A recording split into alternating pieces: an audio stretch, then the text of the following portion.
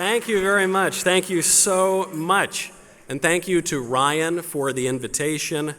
It is wonderful to be with all of you this evening. It is always wonderful to be with the Claremont Institute. It is. You all know the Claremont Institute, that divisive, extreme, authoritarian, illiberal, anti-democracy, post-truth, wretched hive of scum and villainy. You know that one? I am just quoting from one Bulwark article, by the way. I have dozens more adjectives to get into. Poking around the internet, I learned that MSNBC does not seem to be any more affectionate toward the Claremont Institute than the Bulwark is. MSNBC calls Claremont simple-minded, immature, and dazzling in its decline. Slate.com, you may have read Slate, not to be outdone, accuses Claremont of far-right insurrectionism.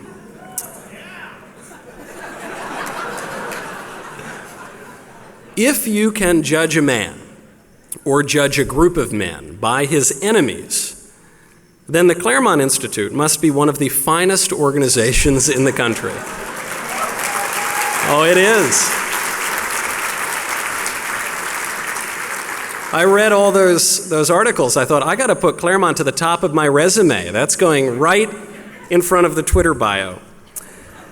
I think you very much can judge a man by his enemies and by the vitriol with which his enemies pursue him. There is no shortage of think tanks and nonprofits and activist groups on the right. Some of them have the best of intentions. Many of them intend to do little more than raise money and have lunches in Washington and that's sort of that. Few of them matter. Few of them move or shape the conversation. Few of them do much of anything at all. The Claremont Institute matters. That is why the ruling class seems hell-bent on taking it out. There are 27 Republican governors in the country. How many of them can you name? My guess is not very many. A handful of them are moving the needle on one issue, maybe two issues. Most of them refuse to do anything. Most of them refuse to wield the political power with which their constituents have entrusted them. Most would rather play it safe, defer to the experts, retreat to the tried and true platitudes, slide into re-election once again to accomplish nothing. And then there is this man that we are honoring tonight, Governor Ron DeSantis. Now wait, no, you're going to regret that applause because, you see, look, I thought, just like you all did, I thought this guy, he's an amiable fellow. He's obviously very competent, very accomplished, very popular. He's a graduate of Yale and Harvard Law, Navy veteran who deployed to Iraq, 3-term congressman, now governor of Florida, widely considered one of the best-run states in the country, if not the very best. But, okay, I do not have dinner with someone before doing a little research, okay? I Googled Ron DeSantis. I did. This Ron DeSantis fellow, appearances notwithstanding, it turns out, according to the mainstream media, he is a fool. He is a danger. He is even a killer. I'm just quoting the Bulwark. There are other outlets that are saying even worse things about the man. By reopening his state, by allowing Floridians to conduct their business and go to their churches and live their lives, by protecting the rights and freedoms and way of life of Floridians against encroachments by the government and by big tech and by woke corporations with little loyalty to the American people or our way of life, Ron DeSantis has upset the status quo. He, like the Claremont Institute, has threatened the interests and power of the liberal ruling class. He deserves a round of applause. Ron DeSantis, like the Claremont Institute, has made all the right enemies, and I think the right allies as well. At this crucial moment in American history, it is a great consolation to have allies such as Governor DeSantis, the Claremont Institute, the many Claremontsters and Claremont Fellows and Associates who have their tentacles in every inch of this country, it seems.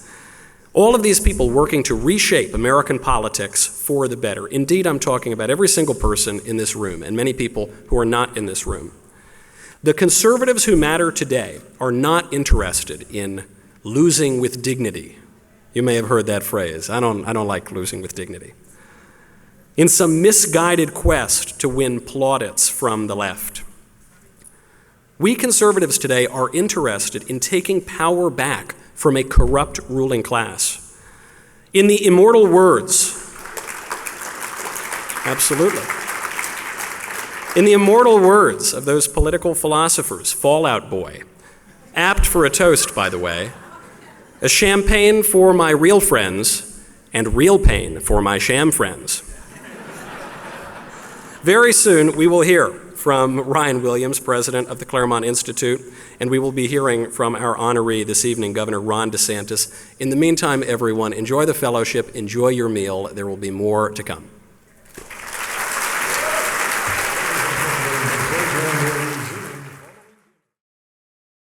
I have the distinct honor of introducing our special guest and honoree tonight. Governor Ron DeSantis is nothing short of a force of nature. He's a refreshing exception to so many of our feckless leaders on the right. He's already had a distinguished career of military and public service, and he's not even 45 years old. This is very heartening, especially in light of the challenges that I've described that we face in America, to know that we have a champion and a leader who is really in his prime and will be around for a very long time. Michael mentioned some of this, and it's in your program, but we should just rehearse it because it's interesting, especially because Governor DeSantis is a product of elite education and yet wonderfully rejects its core premises and wields the prestige that he got from that elite education on behalf of normal America, a too rare thing. He captained the Yale baseball, of course, baseball team, graduated with honors from Harvard Law. He served in Iraq as a Navy JAG officer, where he received the Iraq Campaign Medal and a Bronze Star. Before becoming the 46th governor of Florida, he served as a U.S. congressman. He chaired the National Security Subcommittee. He's a devoted family man, married to First Lady Casey DeSantis, and father of Madison, Mason, and Mamie. This Statesmanship Award we're giving tonight, and which we give not every year, I should say, because sometimes statesmen are in short supply, but when we can, and when we can find someone worthy. It has a distinguished history. Former recipients include Ronald Reagan, Justice Clarence Thomas, Margaret Thatcher, Milton Friedman, sounds like ancient history, doesn't it? Senator Tom Cotton, Justice Samuel Alito, and Secretary of State Mike Pompeo.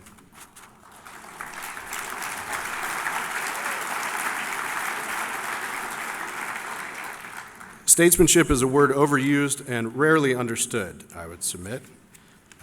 In the simplest terms, it means doing the most good you can, or at the very least, avoiding the most harm. Doing good politically is not a matter of scientific knowledge or technical knowledge.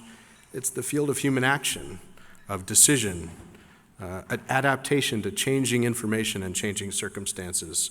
Especially, it's the field of good judgment.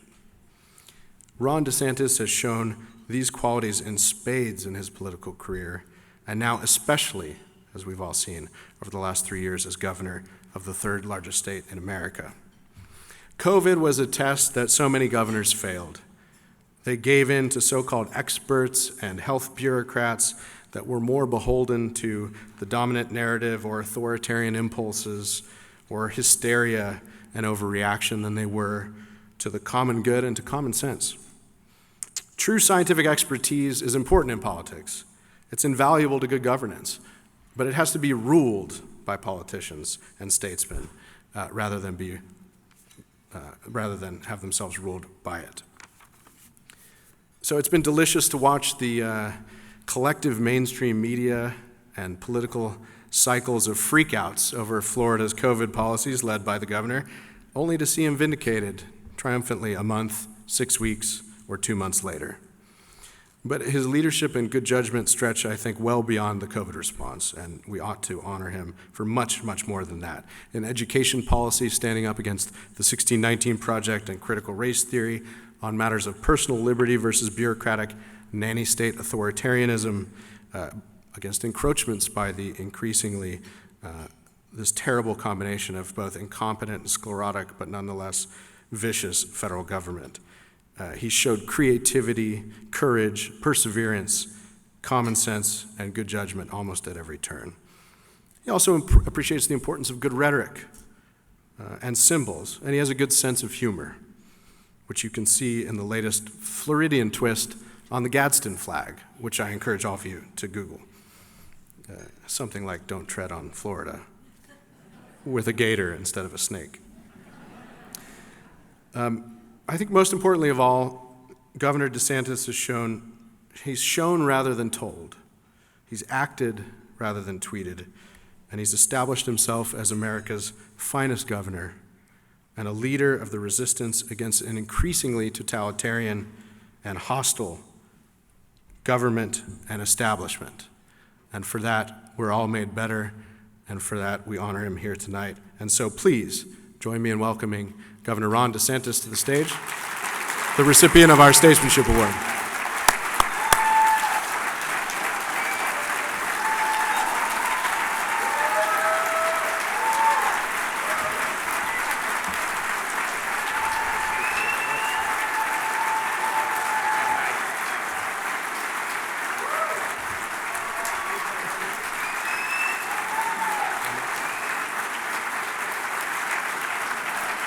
Thank you, Governor.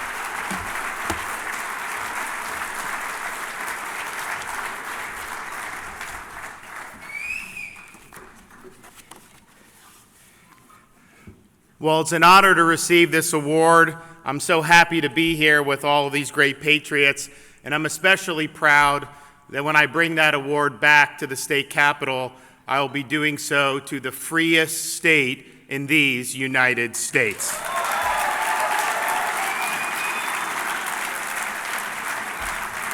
Over the last year and a half, we've stood up to entrenched bureaucrats and the partisan corporate press to keep Florida open and to protect individual Floridians' right to work, to own and operate their own businesses, and to make sure that every single child had the right to be in school in person. We don't lock people down in the state of Florida, we lift people up.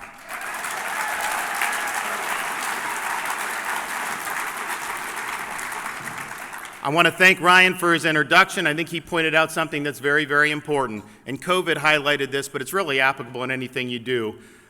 When you're a governor and you get elected, they elect you to make the decisions. They did not elect me to subcontract out leadership to Fauci. I had to look to see.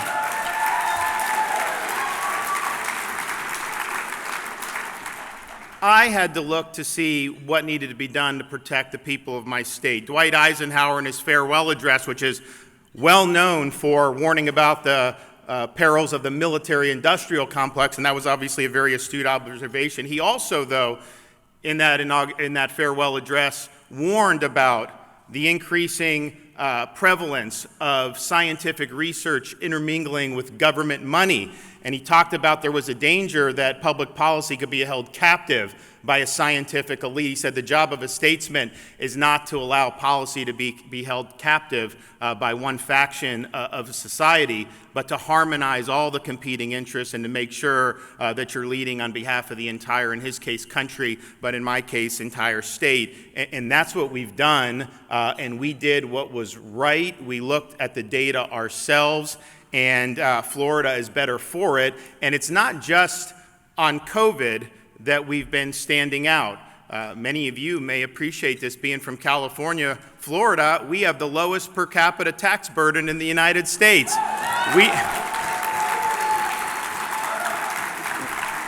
We don't have a state income tax, and as long as I'm in this chair, we never will.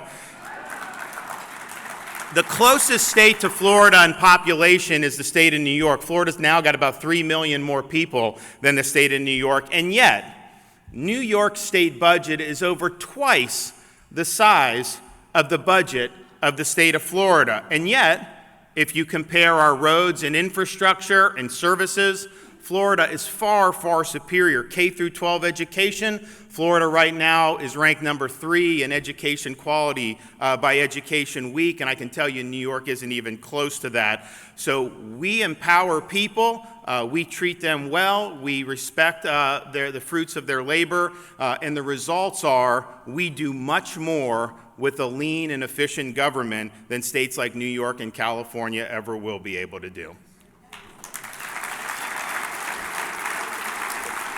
In September, the United States reported gaining 194,000 new jobs for the entire country, and that was viewed as, and I think correctly, as something that was not that great.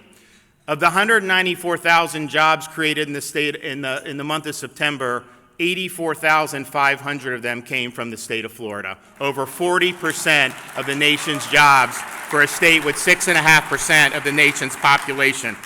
Since I became governor in January of 2019, I've appointed 5 constitutionalists to the Florida Supreme Court, transforming the most liberal state Supreme Court in the country into the most conservative Supreme Court in the country.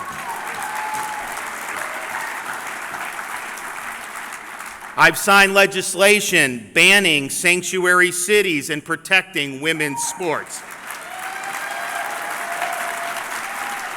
And under my leadership, Florida was the first state to legislate against big tech censorship. We're giving individual Floridians the right to hold big tech accountable. That's in the 11th Circuit because they sued me. But stay tuned. We're going to make big tech accountable to individual Floridians. When the BLM and Antifa riots started breaking out in other parts of the country, I immediately called out the National Guard, and I said that is not going to stand in the state of Florida. We support our law enforcement. We need public safety, and just a few months ago, I signed the strongest anti-rioting bill in the country, which effectively prohibits any local government in Florida from defunding the police.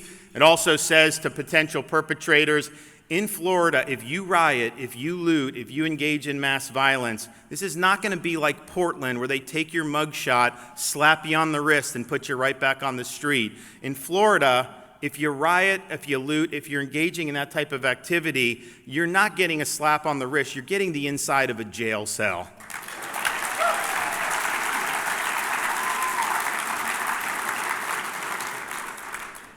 This year, under my leadership, the state of Florida banned critical race theory in our K through 12 schools. We are not spending tax dollars to teach kids to hate our country or to hate each other, and instead, we're placing a renewed emphasis on American civics in our high schools. It's back as a requirement. We'll have our high school graduates take a citizenship-style test like our naturalized immigrants have to take, and we're creating a civics boot camp for teachers where they can get a $3,000 bonus if they learn about our country's foundations.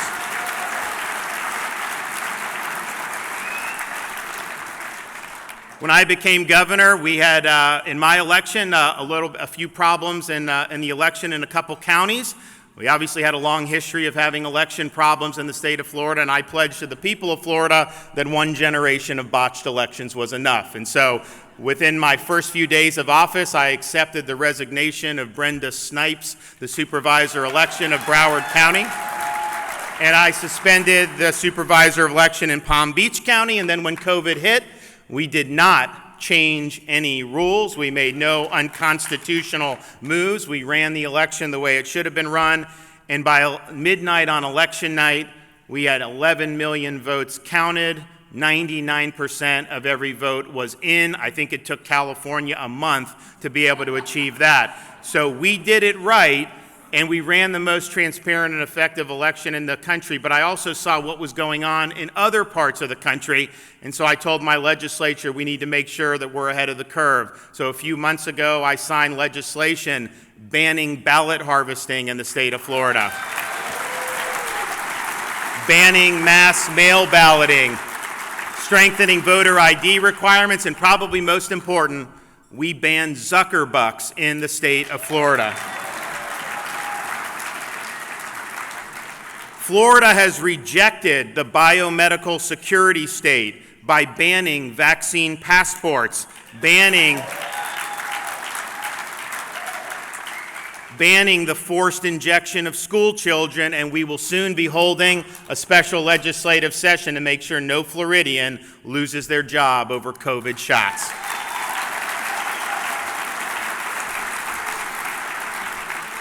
Now, for all these reasons and more, there's been a pretty significant migration to the state of Florida. In 2020, we had more adjusted gross income move into the state of Florida than it's ever moved into any state in the history of our country. Number 2 in 2020 was Texas, and we were 3 to 4 times more adjusted gross income moving than the state of Texas. People always ask, well, who are these people coming? Are they going to vote the way these other blue states are run, or do they understand what they're doing? And all I can tell you is this.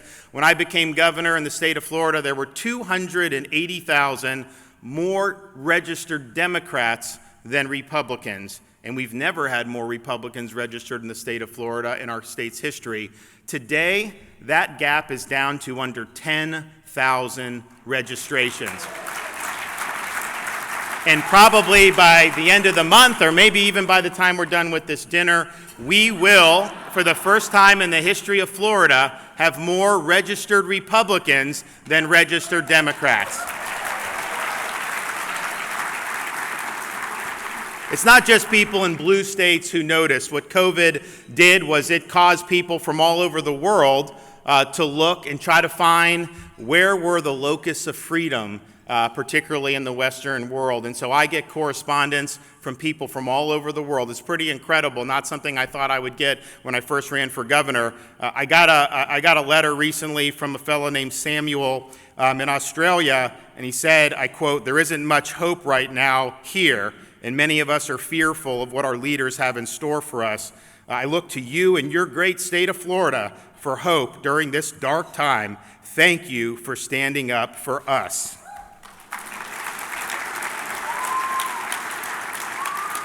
Now, freedom-loving people are looking to Florida, and I think part of it is because of what we've done, but I think part of it, quite frankly, is because things have deteriorated so rapidly in so many other states, and unfortunately have deteriorated very rapidly this year for our country. People are looking to flee blue states to come to Florida, but I think they're also viewing Florida as a refuge from the Biden regime and what they're doing in Washington every day. And I think Biden's failures need to end up being the swan song for what the late Angelo Codevilla called the ruling class in this country.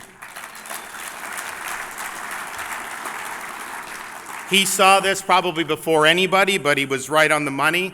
This ruling class is a toxic combination of managerial incompetence and cultural radicalism. They have led this country through a generation of policy failures, and that's probably partially because of their ideology. They consider themselves globalists and citizens of the world. They reject national sovereignty and the importance of having borders. That's why what you're seeing at the southern border is really not incompetence on Biden's part, it's intentional on Biden's part, because the ruling class fundamentally doesn't believe that we have a right to control our own territorial sovereignty. If you look at the foreign policy blunders that we've seen in the last generation, we emerged from the Cold War the strongest country in the history of the world. On September 11th, no one had ever been anywhere close to what America was, but if you look since then, if you look at the quagmire that was Iraq, which was a war that I served in,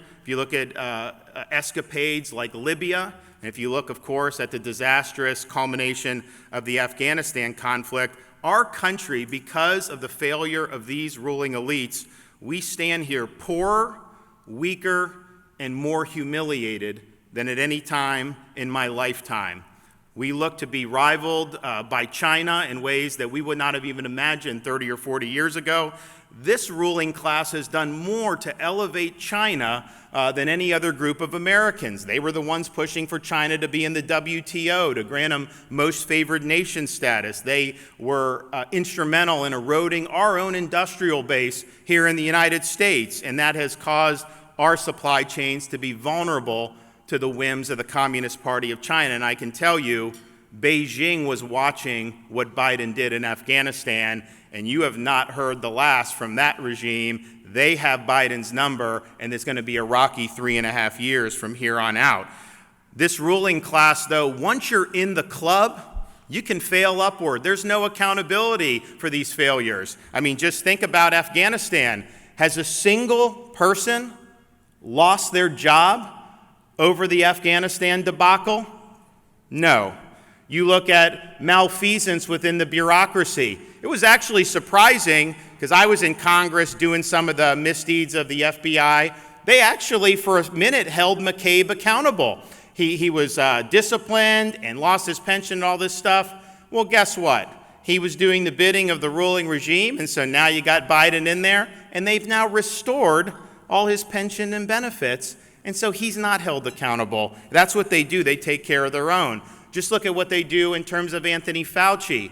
He lied to Congress. He funded the Wuhan lab, and he funded gain-of-function research. And we all know that, but yet when he's on CNN or NBC, do they ask him about that? Do they hold his feet to the fire for his bungled predictions day after day? No, because he serves the interests of the ruling class. He's part of the club, and he's not going to be held accountable. I mean, heck, the 15 days to slow the spread was his idea. And that was a catastrophe. And just think about how ridiculous some of the COVID regulations were that were imposed by our elites. In April of 2020, they said, you can't leave your house. I used to get heat because I thought people should be able to go to the beach. We had beaches open. I told people to go for walks. I said, don't stay in your house. People would say, no, you got to stay in your house. You can't do anything, all this. And yet, when you had the Antifa and BLM riots, those same elites endorsed massive numbers of people gathering together because they believed in what they were doing. So the emperor truly has no clothes when it comes to our ruling class. And in order to restore America to greatness, we must depose these discredited elites from power.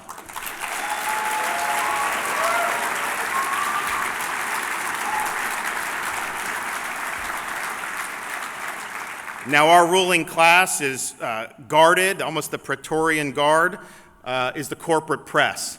And their job is really no longer to deal with actual facts or to discover any facts. Heck, if you had an honest press, they would want to know where COVID came from. They'd be all over the Wuhan lab and Fauci. They don't care about that. What they care about is crafting partisan narratives.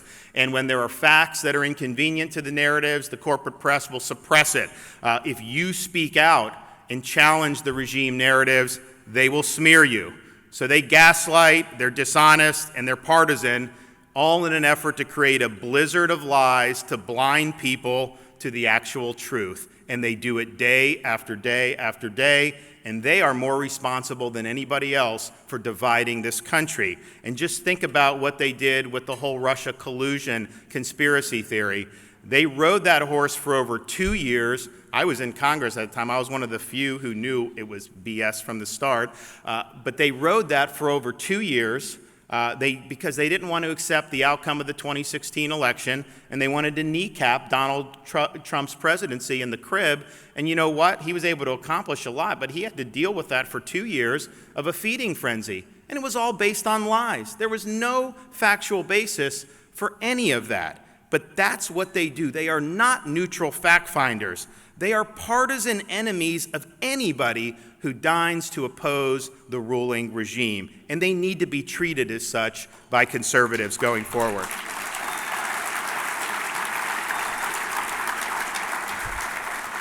If we were here 10 or 12 years ago, I would have had a critique of the corporate press. I think it's gotten worse since then, but I don't think we've ever thought that they were good. They've always been biased. I think it's gone beyond that. But the one thing I probably would have said is, you know what?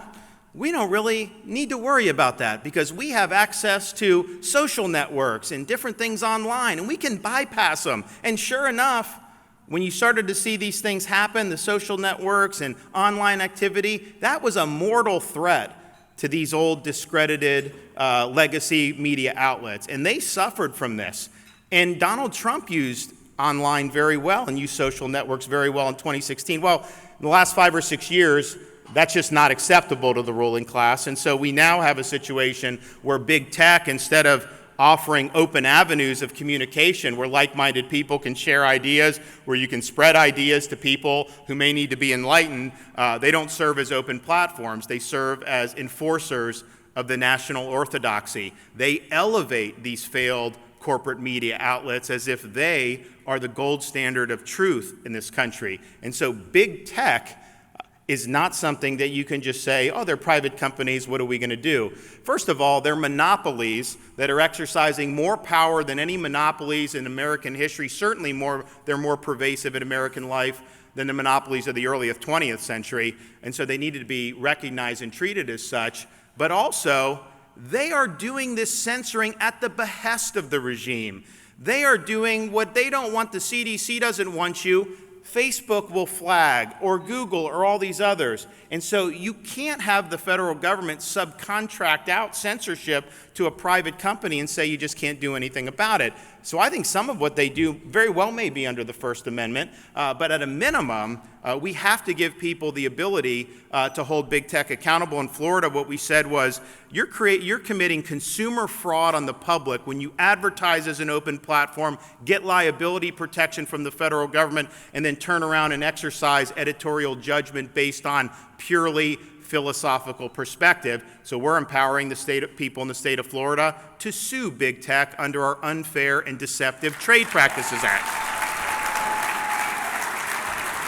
But you got to be in the fight. You can't just say they're private and let them control all the speech in this country. That's not going to work well for conservatives. And it's been mentioned before, and I know many people are concerned about it. And honestly, 10 years ago, I wouldn't have even known what a lot of this stuff would have meant in terms of woke ideology and things like critical race theory. This is something that I think is a mortal threat to a free and just society. Because what this woke ideology is trying to do is not simply advance traditional socialism. Yes, they want to do that. Confiscatory taxes, government, yes, for sure. And that's a problem, and that's something that we need to stand up against. But they're doing more than that. They're trying to delegitimize the basic foundations and principles and institutions in this country. This is a form of cultural Marxism. They want to take away the things that hold a society together and rip them to shreds so that they can recreate society in their own twisted worldview and image. And so we have got to defeat wokeism. I can tell you in Florida, we fight it on all fronts. And I've said my state is a brick wall when it comes to wokeism because we're not going to let them get a foothold. But here's why I think it's so important. I got into, they mentioned I was elected to the Congress. I'm a recovering congressman. Sometimes I'll see some of my former colleagues and they'll tell me how much they miss having me in the Congress, and I always respond, I do not miss seeing you guys in the Congress. But when I ran for Congress in 2012, I ran primarily to stop Barack Obama. I even wrote a book, which has been read by about a dozen people, that talked about some of the problems, what he was trying to do, how I thought it was inconsistent with the founding of this country, and I stand by it. They were big fights, they were important fights. But I look back at that, and honestly, it seems almost quaint to me compared to the threats that we're facing now. I mean, just think of how radicalized the political left has become. Now, there's a 50-50 Senate and a 5-vote House majority that they won after the 2020 election. And yet, what were the main things they wanted to do, and what would they probably have done if they just had a couple more senators? They wanted to make D.C. a state, so they would have 2 radical Democrat senators for life. And I can tell you, the senators that D.C. would elect would make San Francisco politicians look like Ronald Reagan. These would be very, very radical people. They want to pack the Supreme Court so they'd have a permanent activist left-wing majority. They want to abolish the Electoral College so California could have even more sway in our presidential elections, take you a month and a half to get the results, and they wanted to federalize ballot fraud. So all the problems we saw, they wanted that to be mandatory throughout the country. Those are not issues that very many Americans are sitting around their kitchen table saying, oh man, I wish they would abolish the Electoral College or make D.C. state. No, that's not going to help anybody's life. That is purely to be able to make conservative Americans second-class citizens. They want to ensconce themselves in power, and they do not want people who dissent from orthodoxy to have the ability to have a voice. And that's why you see things like New York City, they're taking down Thomas Jefferson's statue out of their city hall. You see places in California have taken down Abraham Lincoln's name off schools. They are trying to erase history so that they can create a new order, which would be very, very dangerous for our freedoms. And in order to achieve that, one of the things that I think has been way, way beyond anything that would have been acceptable just 10, 20 years ago, they have weaponized the machinery of government and the bureaucracy to go after their enemies in ways that I think the founders would have been really surprised at. I mean, I was in Congress when the IRS scandal hit.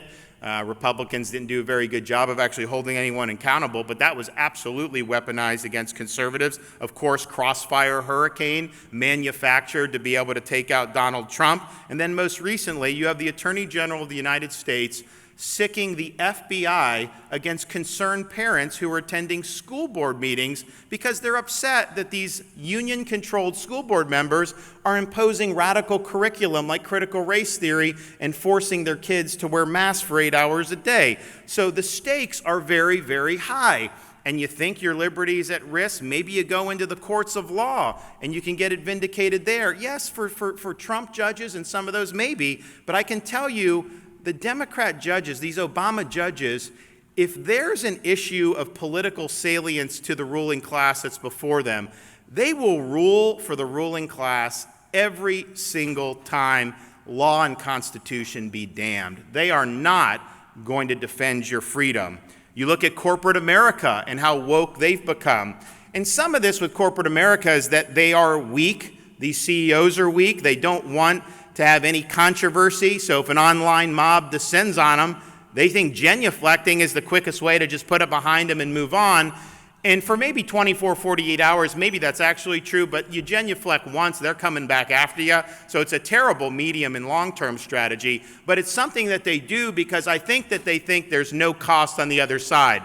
Georgia passed an election integrity law, not as strong as what Florida ended up passing, but they needed to pass something, voter ID, all these things. And so all these companies, the left has this major spasm, the media is going nuts, so all these companies, they start issuing statements denouncing the law. They were furthering phony narratives. What they were saying wasn't true, but that's what they were doing. Major League Baseball even moved the All-Star game out of Atlanta, all on a lie. And so I was watching this because I knew we were going to do the election integrity package that I mentioned, where we banned ballot harvesting and Zuckerbucks and other things. And I just let it be known to folks in Florida. I said, look, if you're a corporate CEO, it's a free country. You have every right to stick your beak into these legislative matters if that's what you want to do. I mean, I'm not going to tell you you can't do it. But just understand, if you are pursuing and furthering false narratives, if you're virtue signaling to the woke mob, if you're trying to placate the hostile media at my expense or my legislators' expense or the people of Florida's expense, I'm fighting back against you. This is not going to be cost-free. And so when you're getting into that political arena, just understand you're going to end up tussling with me, and I don't know that you want to do that. And so the result was, when we signed the election bill, the media had an absolute spasm. The left had an absolute spasm. The businesses didn't say anything because I think they understood, I'm not going to let you walk all over me, and I'm not going to let you walk all over my state. So you got to think twice about whether this is something you really want your corporation to be doing. If you look at our freedoms under attack, we probably never saw, if I was here in 2019 and I told you, within 2 years, you're going to have governors forcibly close down churches and not let kids go to school for a year. There's not a single person in this audience that would have said, yeah, I think that's going to happen. But yet, what have we lived through with the COVID authoritarianism? I mean, you had places where people couldn't go to church, but they could go to a strip club or a liquor store. You had kids, families, who could not get their kids in person in school for over a year. We have people, a lot of the people that moved from California moved to Florida because they couldn't get their kids in school in California, and you can do it here. And so we never saw more infringement on freedom than we have with COVID authoritarianism. And the scary thing about it was there wasn't much resistance in the population to it. There wasn't a lot of fight. And understand, the left, they saw how far the envelope can be pushed. They saw if you whipped up enough fear, if you made people really apprehensive, you can get away with an awful lot. So I promise you this, that playbook is going to return. I don't know when it's going to return, but it will be back, and they will try to use that as best as they can. And so conservatives need to understand the shape of the battlefield. The problems that we're facing aren't going to be solved by a corporate tax cut.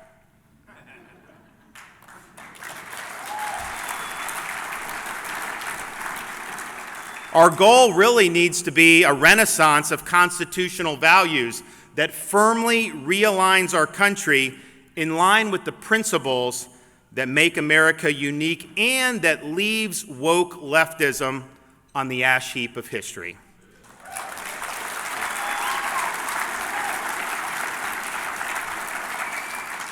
We cannot go back to the failed Republican establishment of yesteryear.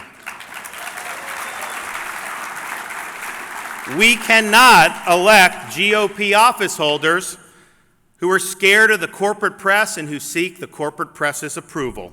We need leaders who will energetically wield power in defense of our values and our freedoms. There's sometimes I'll do things and people claim that they're conservative or libertarian, saying, oh, I don't think the government should get involved in that and all this other stuff. And I'm thinking to myself, you know, we are under assault across a wide range of institutions. If people like me just decide to sit on my hands, you're basically ceding the entire battlefield to the left. And we cannot do that, not now, not ever.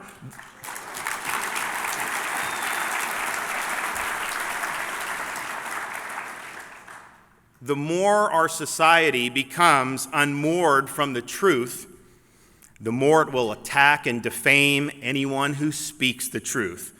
And so in times like these, there is no substitute for courage. Courage to fight back against hostile political forces. Courage to face down things like cancel culture. Courage to stand up to a corrupt media. And courage to give a voice to so many people who remain voiceless. You know, Winston Churchill, during the time of appeasement before World War II, he told a story about when he was a kid and the circus would come to town. There was one act that his nanny wouldn't let him see because she said it was just too grotesque for human eyes, and it was an act called the Boneless Wonder. And he said, now I'm sitting here thinking, where is this Boneless Wonder? It's no longer in the circus. I look and I see the Boneless Wonder sitting in the front row of the House of Commons. We don't have time for boneless wonders at this point in our history. We have got to be strong, and we have to understand that there's a lot of people throughout our history that have put way more on the line than we're asked to do. The Founding Fathers, when they established this country, they really did not need to do what they did. They were all very successful. They were prominent in their communities. The incursions on their freedoms, in fact, were relatively modest compared to what we've seen in modern times. Tax here, tax there. They could have very easily said, you know what, let's just ride it out. But they knew that if they gave an inch and they exposed their liberty to unaccountable power, even a little bit, that they were basically consigning themselves to live under eventual despotism. And so they pledged their lives, their fortunes, and their sacred honor to establish a new nation. And they didn't do this willy-nilly. They studied, and Madison studied, and the founders at the Constitutional Convention looked at the history of every single republic that had ever been done. And they tried to find lessons and figure out, okay, what happened here, what happened there. And as they went through that, it became very clear to them that every republic in the history of the world had one thing in common, and it was this: every one of them had failed.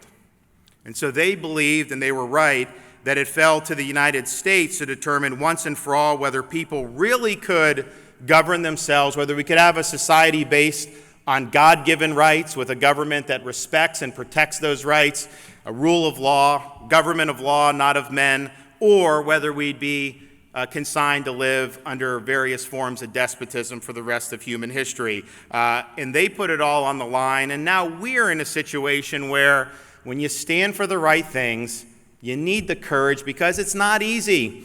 When you speak out, they attack you. When you're doing things, Claremont, you guys get attacked all the time. There are some people on the right who, have some good ideas, but ultimately their ideas will only go so far as they can get liberal approval for. And they seek the respect of some of these people who really are all in the woke ideology. So it's important no matter what you're doing. A governor, of course, if you get elected to Congress, if you're involved in intellectual pursuits like Claremont, some of the young people that are going to be doing things, you got to have some courage. You got to have the ability to fight, and you got to understand that these are difficult times. And so for me, I guarantee you I will walk the line. I will stand my ground. And I won't back down. We've accomplished an awful lot in the state of Florida, but I pledge you this: I've only begun to fight. Thank you all. God bless you. Thank you so much. Thank you. So great to see you. Hopefully I didn't catch California fever. I can't move left in Florida and be successful. Thank you all. Appreciate it. This way?